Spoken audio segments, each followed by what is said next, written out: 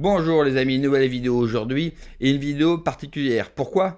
Parce qu'il n'y aura pas forcément des témoignages horribles de choses qui ont été faites sur les enfants. C'est une image bien plus brutale que je vais vous présenter aujourd'hui et je n'ai pas peur de le dire, la plus brutale que je ne vous ai jamais encore montrée. Alors pourtant, j'ai fait des vidéos qui sont très compliquées, très difficiles à regarder, à entendre bien sûr, qui nous décrivent absolument l'horreur qui est vécue dans un monde que nous ne connaissons pas, mais nous ne voulons pas être aveugles par rapport à ce qu'il se passe. Et là, c'est une commission américaine. Oui, parce que la grande différence entre nous et eux, c'est que là-bas, ils ont une liberté d'expression totale garantie par leur constitution. Ce qui leur permet d'aborder tous les thèmes. Ce n'est pas un pays parfait, mais quand il s'agit de dire les choses, eux, ils vont au bout. Et là, c'est une commission au Sénat américain sur la pédophilie. Et regardez bien ce qu'il va démontrer, c'est absolument flippant. C'est flippant si vous avez des enfants et si vos enfants vont sur Internet, regardez bien ce qu'il va suivre. Ensuite, j'aurai un second témoignage d'un prêtre sataniste. Lui aussi, il glace le sang. Et ensuite, j'aurai une actu à vous partager à propos de la Chine. Comment la Chine traite les pédophiles. Vous allez voir, ils ont une solution bien plus radicale que les nôtres. Mais juste avant, bien sûr, de voir les extraits, n'oubliez pas de vous abonner, le pouce, le commentaire, le partage, le boost de la vidéo. Je remercie tous ceux qui m'ont rejoint sur Patreon. Vous avez du contenu exclusif sur la plateforme, 2 vidéos par semaine, un live par semaine.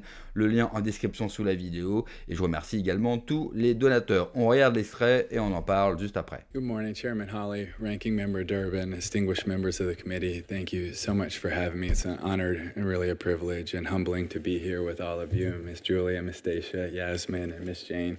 It really is humbling and feel unworthy to be sitting beside all of you. So thank you so much for your work. As you mentioned, I'm so blessed to be a part of the Tim Tebow Foundation, and we exist to bring faith, hope, and love to those needing a brighter day in their darkest hour of need. But to really sum it up, it's to fight for people that can't fight for themselves. And I believe that's exactly why we're here today.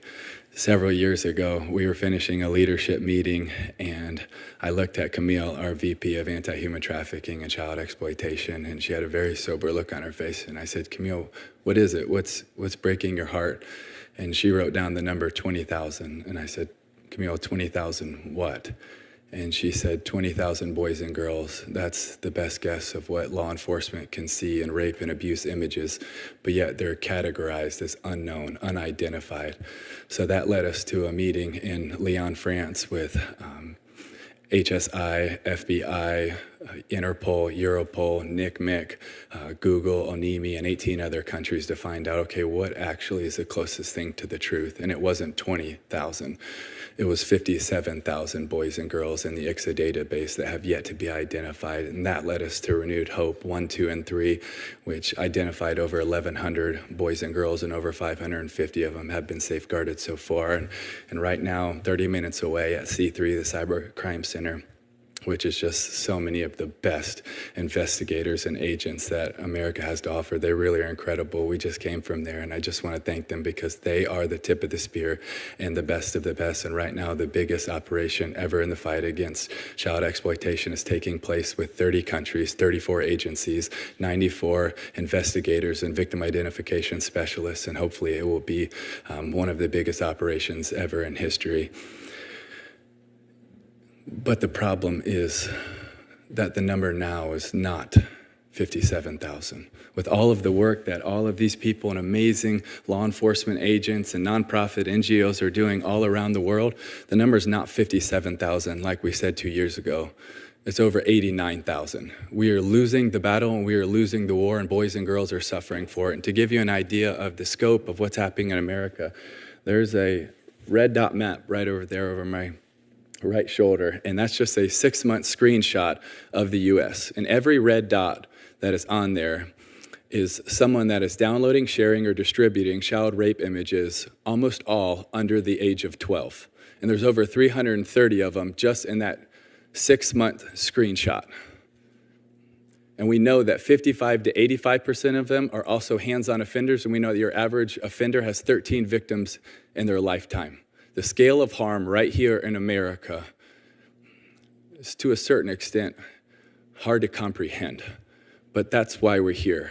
And When you knock down one of those doors, you also have no idea how many boys and girls you're going to find. From Operation Renewed Hope 1, one of the doors that was knocked down, when they went in and seized his computer, they found that he also had raped 30 other boys and girls in that neighborhood. So there's a lot of work to do. And Ranking Member Durman, you're right, we have to be able to act. A little over a year ago, I was at one of our protection centers, and a protection center has extra security because there's still a bounty and a price on these girls and young women's lives. And I was walking through the counseling rooms, and I walk up to one of the counseling rooms, and it's this beautiful couch, and it's got teddy bears and toys and children's books in it. And right behind the couch, there's a window. And right behind the window is the wall, and it's the edge of the protection center. I look up to the top of the wall, and it's the razor wire all the way around the top. And I'm just looking at this picture, and it's a surreal picture because inside, those girls are gonna be cherished and loved and protected and cared for. But on the outside, they went through an earthly form of hell. And I'm standing there looking at this picture, and one of our team members comes and whispers in my ear as I'm looking at this picture. And he said, man, isn't it such a thin line between tortured and treasured? And he was right. It is a thin line between tortured and treasured. And you are that thin line. And all of you are that thin line. But we have to have more people on that line, and we have to do a whole lot more, and we have to do it faster. Because every day we wait, they're suffering, they're crying, and I believe right now many of them are praying that we would respond. But how are we really going to respond? Because I ultimately also believe that this is what we're called to do. And what is calling me, and in my opinion, the best definition is an urgent and divine invitation to accept responsibility for a particular task. But the question is, will we actually accept the responsibility of caring for these boys and girls and truly protecting them, or are we just going to continue to talk about it? Because there's so much we can do, but the question is, will we? Thank you for having me, and thank you for letting me be a part. Témoignage d'une sincérité et d'une émotion qui vous saisit. Alors j'ai fait une erreur, j'ai dit que c'était un avocat, je me suis trompé, pardonnez-moi. C'est un joueur de football américain, c'est un quarterback. C'est une star dans son pays. Et pourtant, il n'hésite pas, devant une commission au Sénat, filmé, public, à prendre la parole sur un sujet extrêmement compliqué. Lui, c'est l'équivalent chez nous d'un Kylian Mbappé, par exemple. Imaginez les stars chez nous, aimés par les enfants, aimés de tous, bon, en tout cas par le plus grand nombre, prendre la parole sur des sujets aussi difficiles que la pédophilie. Vous avez vu dans l'extrait aussi la carte de tous les gens qui ont cherché à consommer, et je pèse mes mots, des enfants. Cela fait froid dans le dos, et cette carte-là, il le dit très bien, c'est le résultat de 6 mois. 6 mois de recherche, et vous avez l'essentiel de la carte américaine, avec des points rouges. Si aujourd'hui on ferait la même chose en France, on aurait le même résultat. Le même résultat. S'il y a bien une chose que j'envie à l'Amérique, c'est sa liberté d'expression garantie par le premier amendement, ce qui leur permet d'évoquer tous les sujets. J'aimerais maintenant vous faire écouter un autre témoignage, celui d'un ancien chef d'église satanique. Parce que ces enfants ne servent pas uniquement à une consommation d'un pédophile solitaire, mais malheureusement, ils servent à autre chose. Je vous laisse écouter. That there's games and certain platforms that people use and children use, where there are literally Satanists trolling on there, trying to connect with children, to lure them into things, by using certain symbols in the background of games and things like that. It is a reality. So that you say like children, right? Are they looking to, trying to convert them into Satanism, or they're looking to use them for other things? Both. Why do you think we have such a human trafficking problem? Go into that a bit more. So the other person again that we mentioned earlier. Yes. Okay.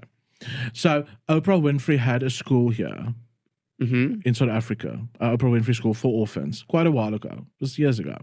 He was very much involved with that as well. And the children disappeared from there. He was very much involved with that. Was this a scandal? Like, was this a known thing? Yeah. Go and Google it. So if I Google missing kids from Oprah's preschool, it will come up? In South Africa, it will come up. So what happened to those kids? You guess. They were used in sacrifices? Really? Okay, I don't know if any of this is true. I don't know anything about this. But if that is true, that's shocking. Again, so I've not seen that. And why those kids? But I heard, I'll get to it. Yeah, so yeah. This is what I've heard from people who knew the perpetrators very well. And this is one of the founding members of the South African Satanic Church and the person who funded a lot of the legal stuff. So that guy was up to some really dark stuff, eh? So the children that disappeared from that specific school, a lot of them were never found. And if I ask you, if I sit here and ask you, how many children do you know that go missing in this country? We're not talking about the world yet. We're talking about this country. Okay, how many children goes missing in this country that they are never found? Their bodies are never found. I think the majority.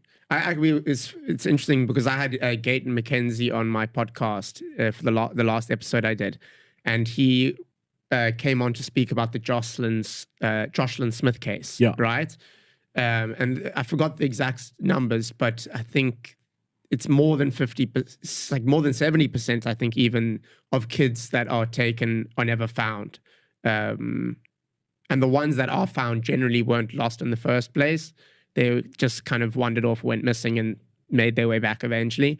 But there was another thing that I wanted to ask was that Audrey Norton. Témoignage extrêmement rare.